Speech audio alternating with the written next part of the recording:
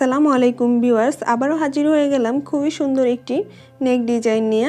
তো এই ডিজাইনটি যারা একেবারেই সেলাই কাজে নতুন তারাও খুব সহজেই শিখে নিতে পারবেন আমার এই পুরো ভিডিওটি ফলো করলে। তো এখানে হচ্ছে আমি পেস্টিং থেকে বড় পেস্টিং থেকে আলাদা করে নিয়েছি এটুকু অংশ। তো এখানে হচ্ছে আমার চওড়াটা আমি দেখছি, এখানে চওড়া হলো 4.5 ইঞ্চি আর এখানে লম্বা হচ্ছে 8.5 ইঞ্চি। তো এটা হচ্ছে আমি পুরোটা নিয়ে নিয়েছি। এখন আমি মেন যে গলাটা সেই গলার চওড়াটা নিচ্ছি 3 ইঞ্চি, আপনারা চাইলে এখানে 2.5 ইঞ্চিও নিতে পারেন।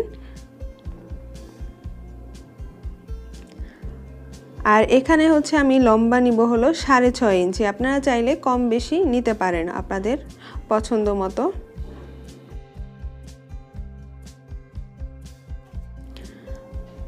তো আমি 6.5 ইঞ্চিতে এখানে দাগ দিয়ে নিচ্ছি। এরপরে হচ্ছে নিচেও একইভাবে 3 ইঞ্চিতে দাগ দিয়ে নিব, চওড়া 3 ইঞ্চি, এবং একইভাবে এই সাইডও 6.5 ইঞ্চিতে এভাবে দাগ কেটে বক্সের মতো করে নিচ্ছি। যারা এখনো আমার চ্যানেলটি সাবস্ক্রাইব করেননি এখনই সাবস্ক্রাইব করে নিন এবং পাশে থাকা বেল বাটনে ক্লিক করে রাখুন, তাতে করে আমার নতুন নতুন আপলোড হওয়া ভিডিওগুলো সবার আগে নোটিফিকেশনের মাধ্যমে আপনার মোবাইলে পৌঁছে যাবে। এখন হলো উপর থেকে 3.5 ইঞ্চি পরিমাণ একটা দাগ দিয়ে নিতে হবে প্রথমে। তো আমি 3.5 ইঞ্চিতে দাগটা দিয়ে নিচ্ছি। দিয়ে নেওয়ার পর এরপর হলো ঠিক মাঝ বরাবর আবার আরেকটা দাগ দিয়ে নিতে হবে এখানে। তো এটা হচ্ছে ডিজাইনের জন্য। তো যে দাগটা দেওয়া হলো তার উপরে আবার 1/2 ইঞ্চি পরিমাণ একটা দাগ কেটে নিচ্ছি। এখন হচ্ছে এখানে রাউন্ড শেপ দিতে হবে, একটা কোণা থেকে আরেকটা কোণা পর্যন্ত এভাবে রাউন্ড করে নিতে হবে।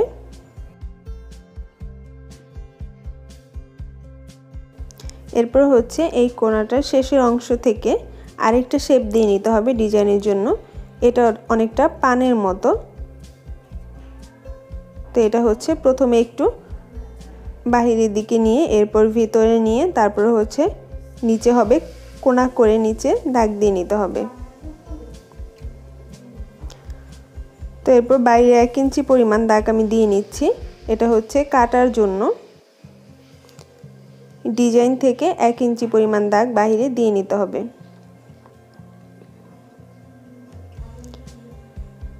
তো এখন আমি দাগ দিয়ে নিচ্ছি।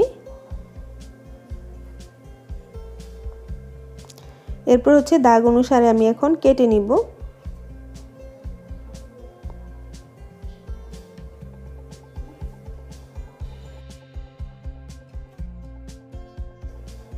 এরপর বাইরের অংশটাও আমি কেটে নিচ্ছি। এই যে দেখুন খুবই সুন্দর একটি গলা এখানে হয়ে গেল, খুবই সুন্দর একটি ডিজাইনের। তো এখন আমি এটাকে হচ্ছে কাপড়ের সাথে সেট করে নিব। তো এখানে কাপড় নিয়ে নিয়েছি, কাপড়ের উপর এখন আমি পেস্টিংটাকে বসিয়ে নিয়েছি। তো এখন আমি আটকে নিব পেস্টিংটাকে।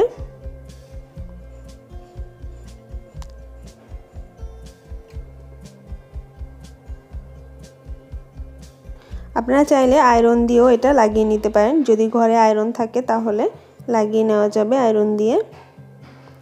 তো আমি সাইড থেকে কিছু অংশ কাপড় রেখে বাকিগুলো কেটে নিচ্ছি। নেওয়ার পর এখানে হালকা করে কেটে নিচ্ছি, এটা হচ্ছে যাতে করে আমি কাপড়টা সুন্দরভাবে বসাতে পারি পেস্টিংয়ের উপরে।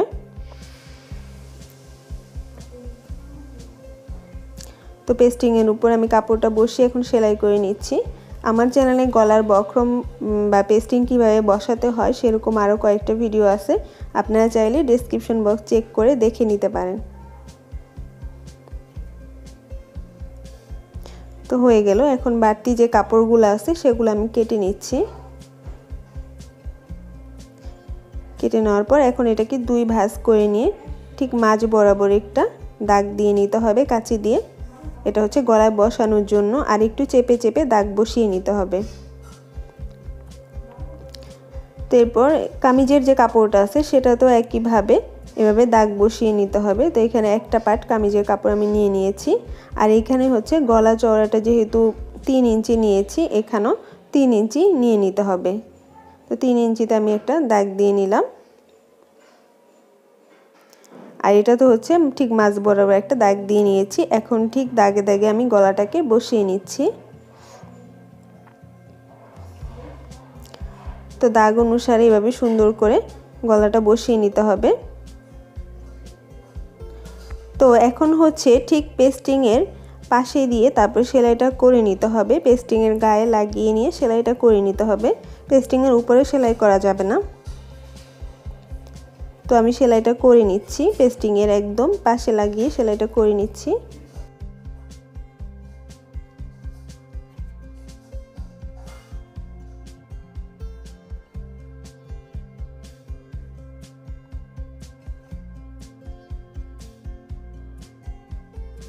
তো পেস্টিংটা ঠিক যেরকম ডিজাইন অনুসারে এটাকে বসিয়ে সুন্দরভাবে সেলাই করে নিতে হবে।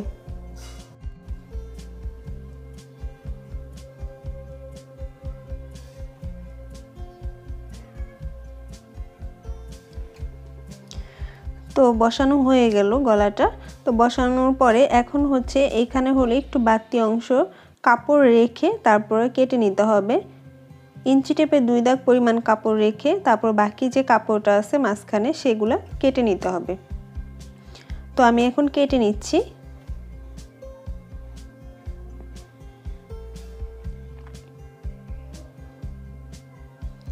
সুন্দরভাবে কেটে নিতে হবে।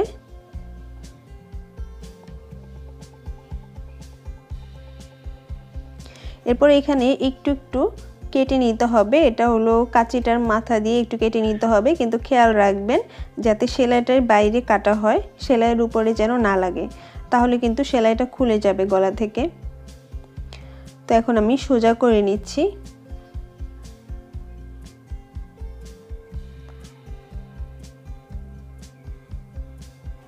তো এভাবে চেপে চেপে গলাটাকে সুন্দরভাবে সোজা করে নিতে হবে।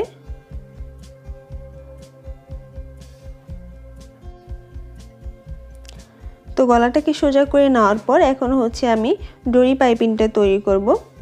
তো এই জন্য আমি এখানে দড়ি নিয়ে নিয়েছি আর হচ্ছে এখানে কাপড় নিয়ে নিয়েছি। তো কাপড়টা আমি চওড়া হলো 1.5 ইঞ্চি পরিমাণে কাপড় কেটে নিচ্ছি। তো এইভাবে করে 2টা অংশ কেটে নিতে হবে। কাপড়টা অবশ্যই কোনা করে কেটে নিতে হবে। তো কোনা করে কেটে নিয়েছি। নেওয়ার পর এখন আমি এটা জোড়া দিব একটার সাথে একটা। তো খেয়াল করুন আমি কিভাবে জোড়াটা দিয়ে নিচ্ছি, আড়াআড়ি করে জোড়াটা দিয়ে নিচ্ছি। এরপর আমি এখানে ডাবল সেলাই দিয়ে দিব।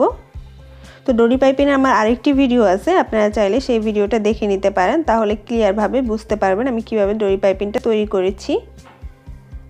তো এখানে হচ্ছে আমি দড়িটা বসিয়ে নিব। বসানোর জন্য আমি এক সাইড থেকে দড়িটাকে ভিতরে ঢুকিয়ে নিয়ে কাপড়ের ভিতরে ঢুকিয়ে নিয়েছি। কাপড়ের ভিতরে ঢুকিয়ে নিয়ে তারপর হচ্ছে প্রথমে আটকে নিব আমি দড়িটাকে। আটকে নেওয়ার পর এরপর হচ্ছে সেলাই করে নিতে হবে।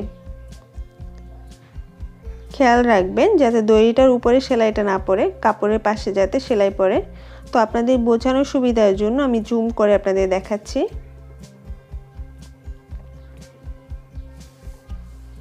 তো দেখতে পাচ্ছেন কি সুন্দরভাবে দড়িটার সাথে বসে গেল।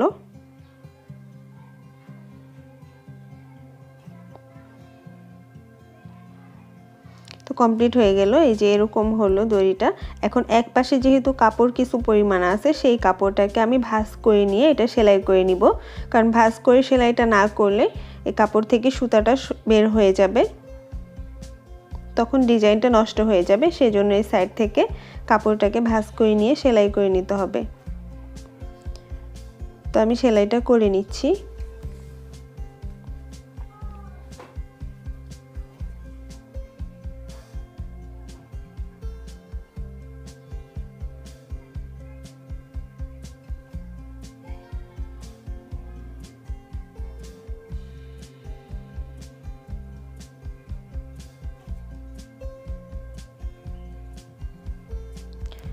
তো আমি একইভাবে পুরাটা সেলাই করে নিয়েছি। এই যে দেখতে পাচ্ছেন কিভাবে সেলাই করে নিয়েছি। এখন হচ্ছে এটা গলার সাথে আমি সেট করে নিব। তো সেই জন্য হচ্ছে গলাটা নিচে দিয়ে আমি এটা ধরে নিয়েছি। তো এটা হচ্ছে যেই সাইডে আমি দড়িটা লাগিয়ে নিয়েছি সেই সাইডটা বাইরে বের হয়ে থাকবে আর বাকি অংশটা ভেতরে থাকবে। তো এখন উপরে কাপড়ের উপরে হচ্ছে চাপ সেলাইটা দিয়ে নিতে হবে।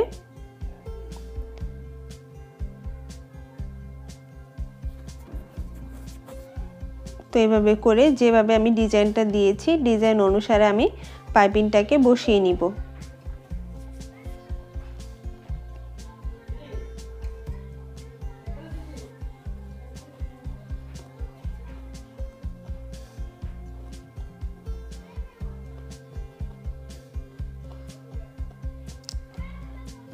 তো এখন এই যে কোণার যে অংশটা আছে সেই অংশটা এসে হচ্ছে একটু বেশি করে কেটে নিতে হবে, এখানে কেটে নিতে হবে।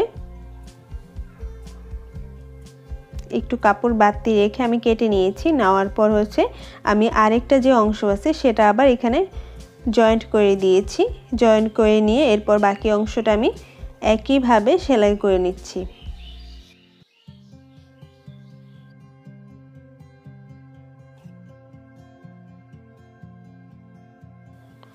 তো এই যে দেখতে পাচ্ছেন খুবই সুন্দর একটি ডিজাইন তৈরি হয়ে গেল। তো এখানে এই ডিজাইনটাকে আরও আকর্ষণীয় করার জন্য আমি একটি টার্সেল ব্যবহার করেছি।